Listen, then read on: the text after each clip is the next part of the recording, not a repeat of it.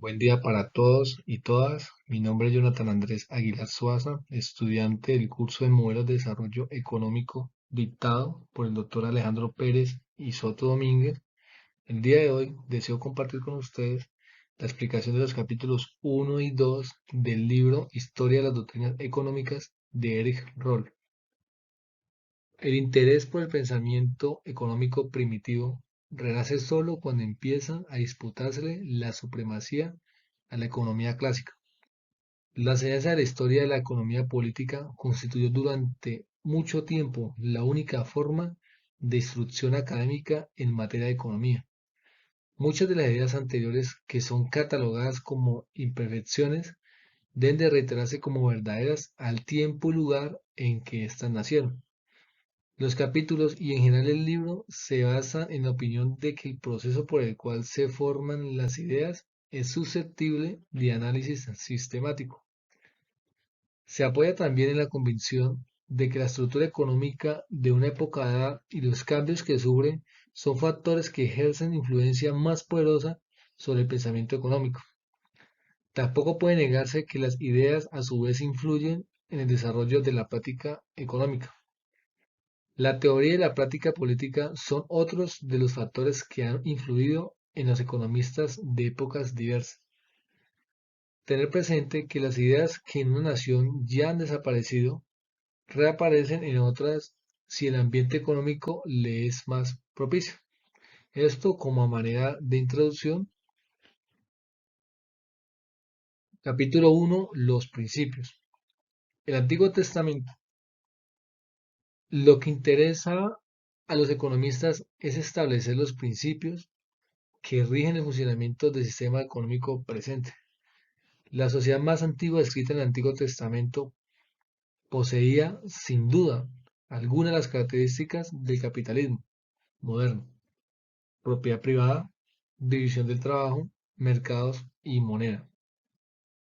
Pero todo lo que la antropología enseña es que el primer teorizar del hombre se refería a lo que los economistas contemporáneos llamarían aspectos técnicos del proceso de satisfacción de las necesidades.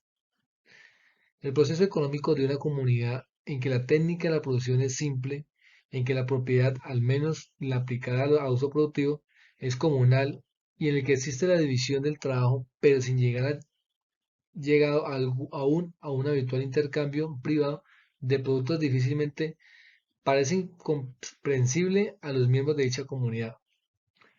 La división del trabajo progresa hasta implicar el establecimiento del intercambio privado y la ampliación de la propiedad privada de los bienes de consumo a los de producción. Los testimonios del pensamiento social antiguo que poseemos hasta ahora consisten totalmente en mitos que tratan de justificar o de atacar un orden social existente en términos sobrenaturales. La lucha entre la sociedad tribal con su propiedad comunal y su actividad económica primitiva y el proceso económico impersonal de una sociedad más compleja, estratificada en clases y castas y basada en gran parte en la propiedad privada, está reflejado en el Antiguo Testamento y en las recopilaciones posteriores de leyes e interpretaciones que constituyen el genuino pensamiento hebreo. Pero la desintegración de la comunidad primitiva no podía detenerse.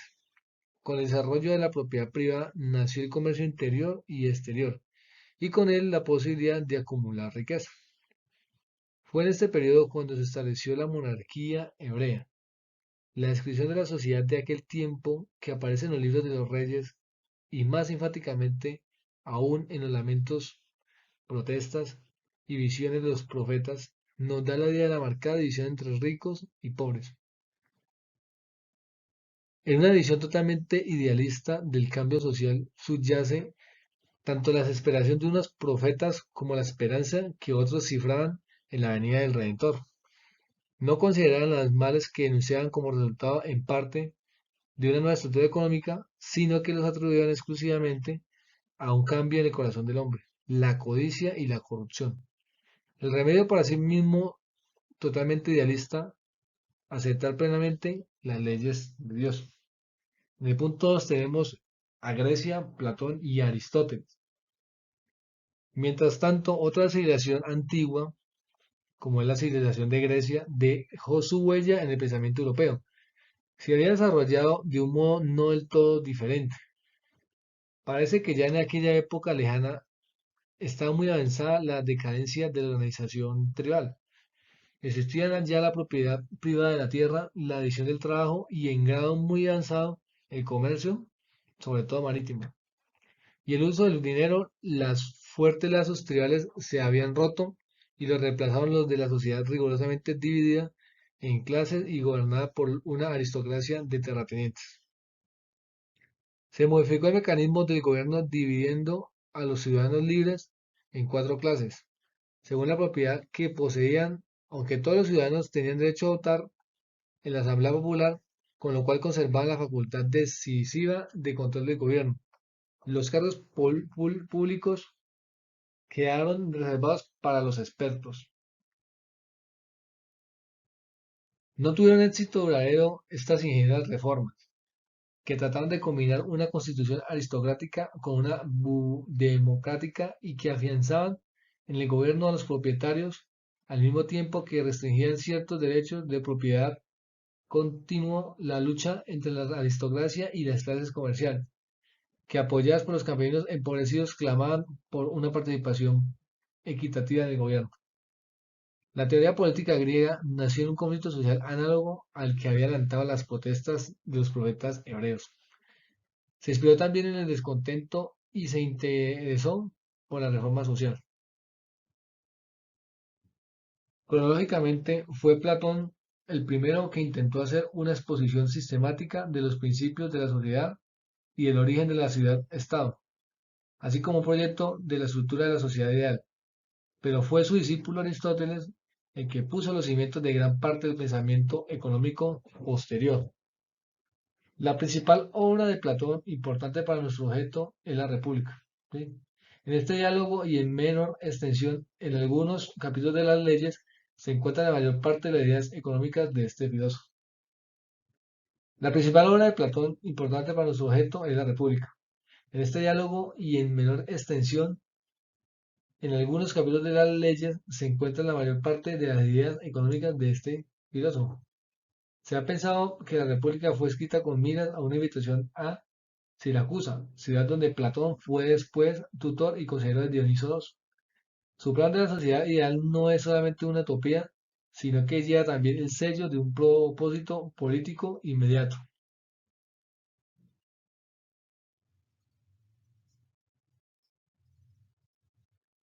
El logro mayor de Platón, desde el punto de vista puramente analítico, es la explicación de la división del trabajo y del origen de la ciudad, entonces idéntica a Estado.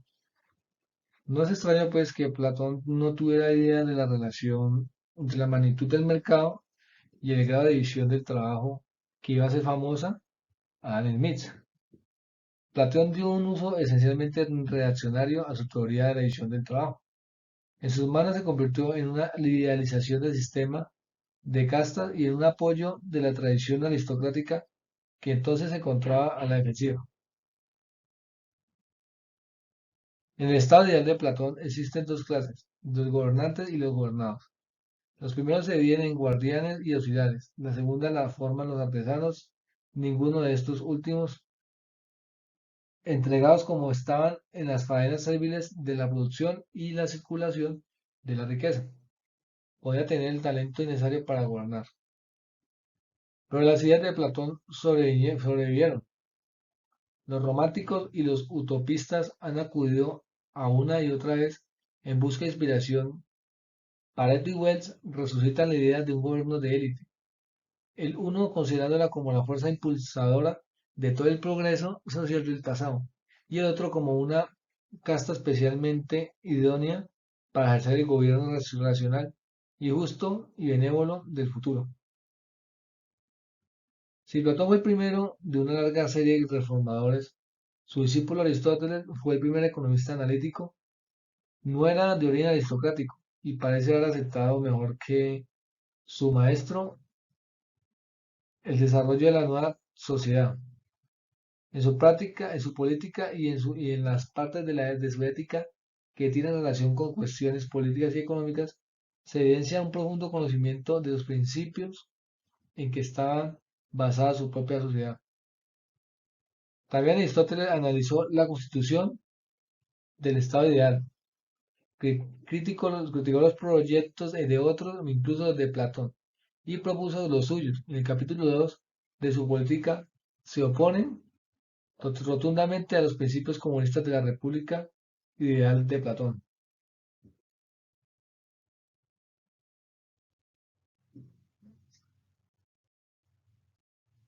A la ciudad ideal de Aristóteles le falta el vuelo de fantasía de Platón, pero conserva la fe en la razón y la benevolencia. El Estado se divide también en gobernantes y gobernados. Los primeros son de clase militar, los estadistas, los magistrados y el sacerdocio.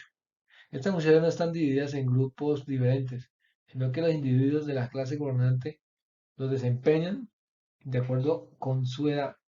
Serán soldados cuando jóvenes y vigorosos, estadistas de la edad madura y sacerdotes en ancianidad. Los gobernados son los agricultores, los artesanos y los campesinos. Aristóteles llevó así un poco más lejos la definición platónica del dinero como símbolo para fines de cambio. Señala la forma en que las molestias del trueque directo condujeron al desarrollo del cambio indirecto, como la moneda reemplazó a la medición por el tamaño y el peso, y cómo nace el comercio por el comercio mismo. O sea, el afán de adquirir dinero, la peor forma de adquirir dinero es la que usa el dinero mismo con fuentes de acumulación, o sea, la uso. El dinero está destinado a ser usado en el cambio, pero no para acrecentarlo por medio de intereses. En Aristóteles encontramos la primera separación y reunión de los puntos de vista positivo y ético respecto al proceso económico. Su visión de la sociedad es análoga a la de Platón. Por ejemplo, Aristóteles atribuye los males de la propiedad no a la institución en sí misma, sino a la forma viciosa en que los hombres la administran. Sin embargo, no fue en Grecia, sino en Roma, donde estalló la lucha entre las clases explotadas del mundo antiguo y sus gobernantes.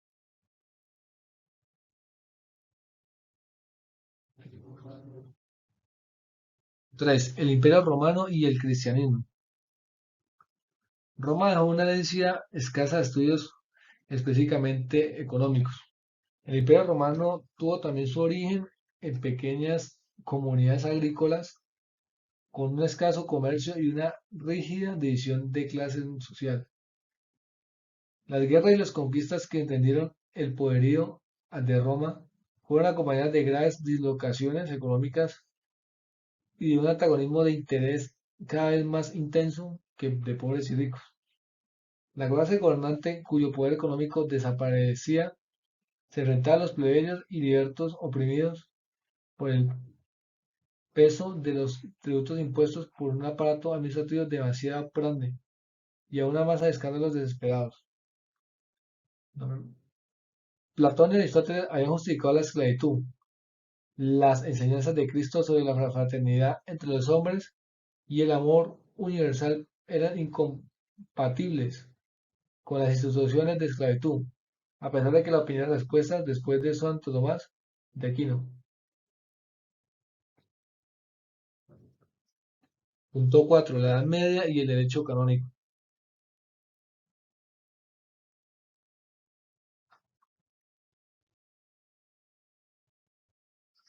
La esencia de la sociedad medieval se basó en la división en las clases de señoras y siervos, derivada de la estructura de los latifundios de la última época romana.